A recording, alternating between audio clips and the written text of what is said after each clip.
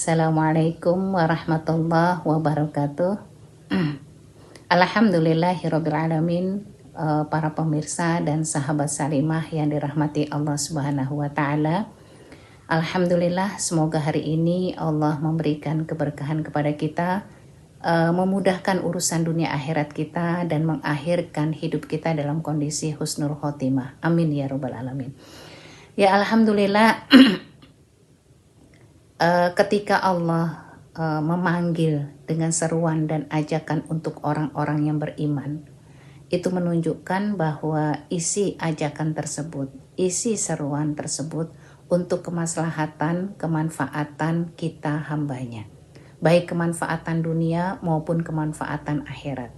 Seperti halnya puasa, ya Allah khususkan untuk orang-orang yang beriman agar mendapatkan kebaikan dunia dan akhirat.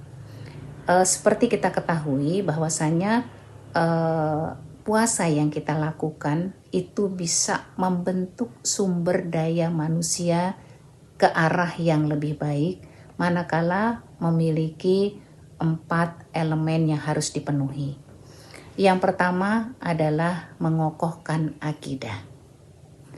Tujuan puasa adalah membentuk manusia yang bertakwa kepada Allah Subhanahu wa Ta'ala. Takwa yang seperti apa?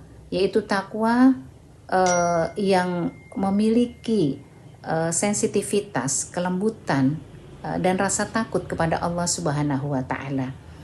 Sehingga dia berusaha dengan penuh kesadaran menjalani kehidupan ini untuk selalu di dalam rel koridor aturan Allah dan Rasul-Nya. Dan puncak tertinggi dari keruhanian seorang mukmin adalah memiliki kemuliaan di sisi Allah Subhanahu wa Ta'ala.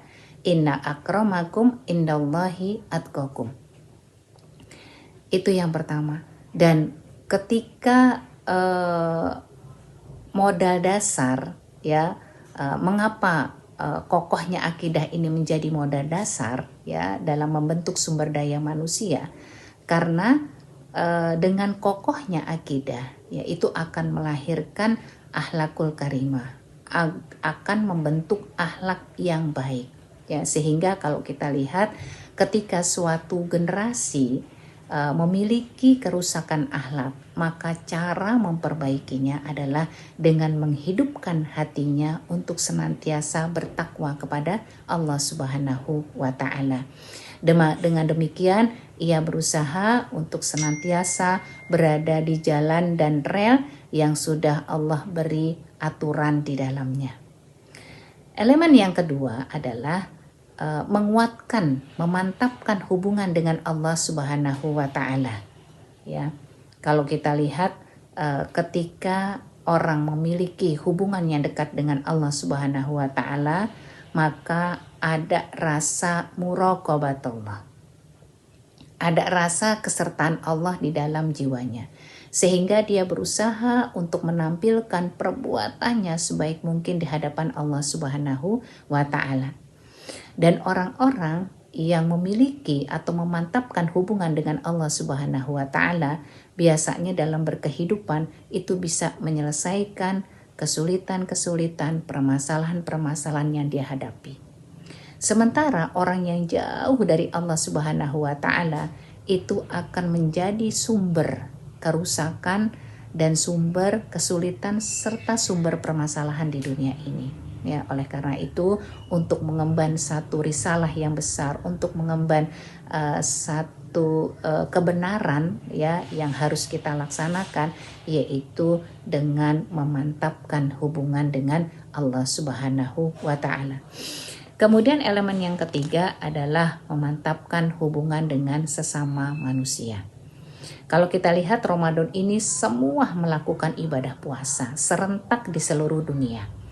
Ada nilai senasib sepenanggungan, ya, ada nilai kita merasakan bagaimana kesulitan, kita merasakan lapar, haus dan sebagainya. Jadi intinya ada nilai kebersamaan di antara kita sesama manusia.